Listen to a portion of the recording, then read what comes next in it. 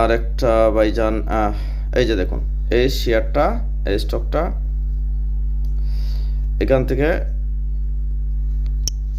এই জায়গা থেকে লাল লাইনের উপরে গেছে প্রাইস, এখান থেকে লাইন ক্রস করে এই যা কিছু ছিল ও আপ ট্রেন্ডেই আছে। ওকে, এই জায়গার পর থেকে এই প্রাইস আপ ট্রেন্ডেই আছে।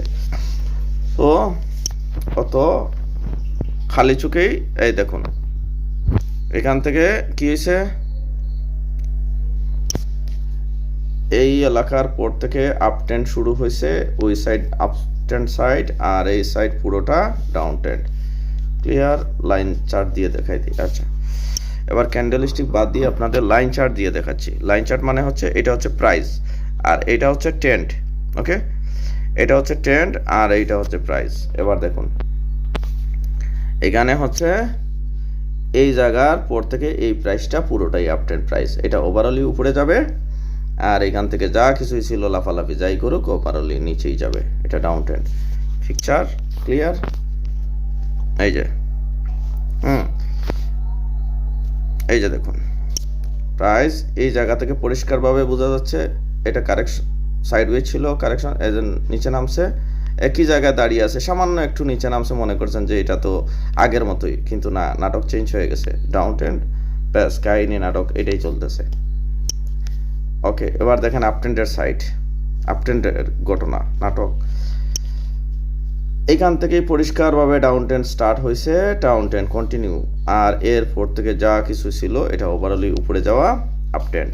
তো প্রাইস ওভারঅলি উপরে যায়, এই যে দেখুন আপ ট্রেন্ড, ঠিক আছে, আপ ট্রেন্ড। ও সরি, ওটা আবার কি হয়ে গেছে, এই যে আমি আপনাকে এগুলো দেখাচ্ছি। প্রাইস উপরে যেতে হবে, এই যে দেখুন, এই যে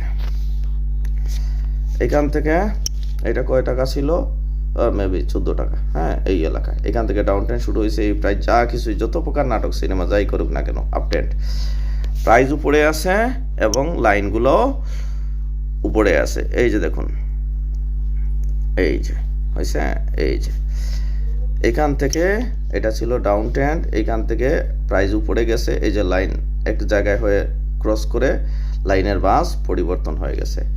ক্লিয়ার? এটা আপ ট্রেন্ড, এই যে দেখুন হয়েছে, পাইছেন? এই যে একত্রিত হয়েছে, এটা নিচের বাস, লাল লাইনের নিচে কালো লাইন চলে আসছিল এবং এরপরে এখানে একত্রিত হয়ে কি হয়েছে, কালো লাইন উপরে চলে গেছে। এরপরে প্রাইস কি হয়েছে, এই যে এটা হচ্ছে প্রাইস, নীল কালারের হচ্ছে প্রাইস, এই প্রাইস এখান থেকে আপ ট্রেন্ড হয়ে একসাথে হয়ে যা কিছুই হয়েছে এটা পুরোটাই আপ ট্রেন্ড। তো এরকম প্রাইস যখন লাফালাফি করবে, নাটক সিনেমা করবে, বুঝতেও পারবে না এটা কি আপ ট্রেন্ড নাকি ডাউন ট্রেন্ড, কি করবে প্রাইস, সিম্পল কাহিনী। ঠিক আছে, চার্ট ওপেন করলেই, চার্ট ওপেন হতে কারণ কি আর বুঝতে অসুবিধা হবে। এই যে আপ ট্রেন্ড এইখান থেকে, ডাউন ট্রেন্ড এইখানে, কিনবেন এইখানে, বেচবেন এইখানে, ঠিক আছে, এর ভিতরে মারা খাক ওই, ঠিক আছে, মানে যাই হোক।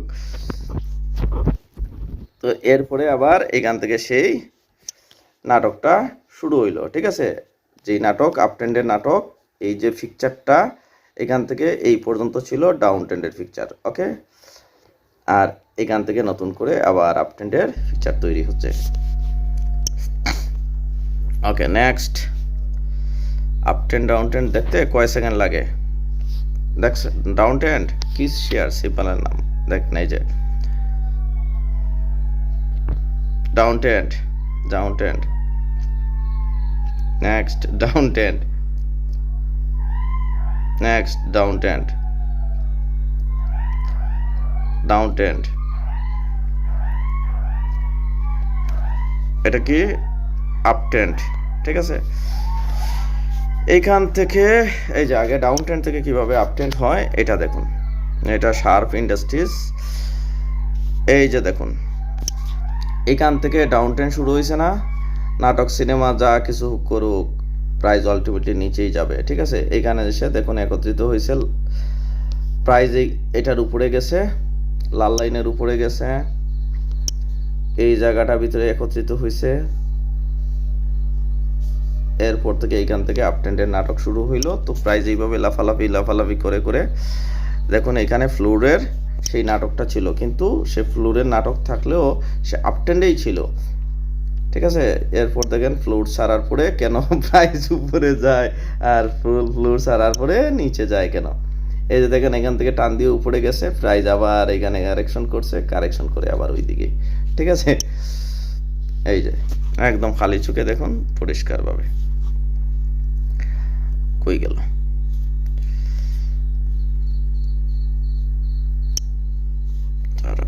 এটা ওকে, তো আপ ট্রেন্ডের পিকচার ক্লিয়ার। এটা ছিল আপ ট্রেন্ডের একটা কারেকশন এলাকা। লাইন কিন্তু উপরের বাজেই ছিল, এখানে জাস্ট একত্রিত হয়েছে, ঠিক আছে। আবার এখান থেকে গেম স্টার্ট হয়েছে, এই যে উপর নিচে এখন যা কিছুই হবে এইটুকুর উপর পর্যন্ত এটা পুরোটাই একটা কারেকশন, এই পর্যন্ত, এর নিচে নামলেই হলো।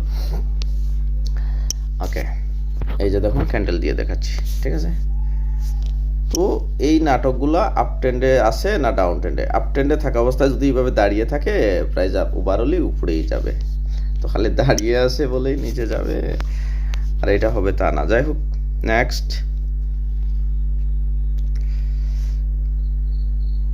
ডাউন ট্রেন্ড না আপ ট্রেন্ড? এই যে দেখুন ফ্লোর সারার পরে যা কিছুই হচ্ছে সবই ওভারঅলই নিচের দিকেই। তো একটা স্টকের ট্রেন্ড আইডেন্টিফাই করাটাই ডিফিকাল্ট।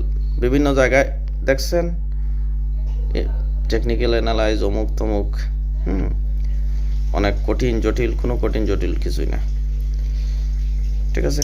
ফ্লোর ছাড়ার পরে প্রাইস নিচে নামছে, ও অলরেডি আগে থেকে ডাউন ট্রেন্ড আছে, এইখানেই লাফালাফি করতেছে, যা কিছুই আছে ডাউন ট্রেন্ড। এই প্রাইস এইটুকুর উপরে যেতে হবে, বাস চেঞ্জ হতে হবে, দেন আপ ট্রেন্ড। সেম বিপরীত পিকচার, এটা হচ্ছে আপ ট্রেন্ডের পিকচার। ওকে, জুম মাইনাস যদি করি তাহলে ইতিহাস যদি দেখেন, এই যে দেখুন এখান থেকে আপ ট্রেন্ডের পিকচার ছিল, এখান থেকে ডাউন ট্রেন্ডের পিকচার, ডাউন ট্রেন্ডে এসে ফ্লোর হয়ে গেছে, ফ্লোর ছাড়ার পরে আবার নিচে আসছে, যেদিকে যাওয়ার সে সেই দিকেই যাবে। ওকে,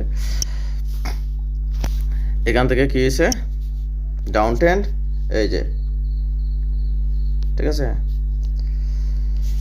ও ডাউন ট্রেন্ডে থাকলে নিচে যাবে, আপ ট্রেন্ডে থাকলে উপরে যাবে, এইটাই স্বাভাবিক। ও প্রাইস এই যে দেখেন এই 3-4 দিন উপরে গেছে, ঠিক আছে। ও আসলে এমন কিছুই না, একদিন লাল বাতি জ্বালাইলো আর সবুজ বাতি জ্বালাইলো তাতে কিছুই হয় না, ঠিক আছে। ওকে, এটা কি? এই যে দেখুন আপ ট্রেন্ড না ডাউন ট্রেন্ড, কয় সেকেন্ড লাগে বুঝতে? অ্যানালাইজ নাকি খুব কঠিন, স্টক ব্যবসা নাকি খুব কঠিন? ডাউন ট্রেন্ড খাইনি, ডাউন ট্রেন্ড যা কিছুই হোক না কেন ওভারঅলি সে নিচেই চলে যাবে, কিচ্ছু করার নেই, ঠিক আছে। কাউকে সেনামি করার জায়গা না এটা।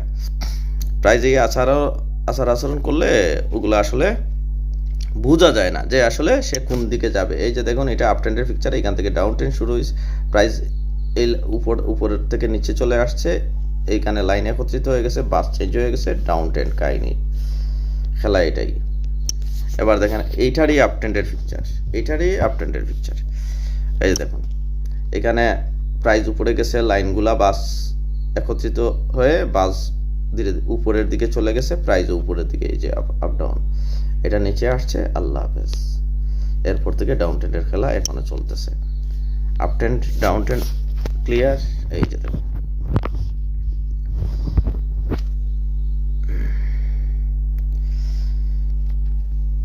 ওকে।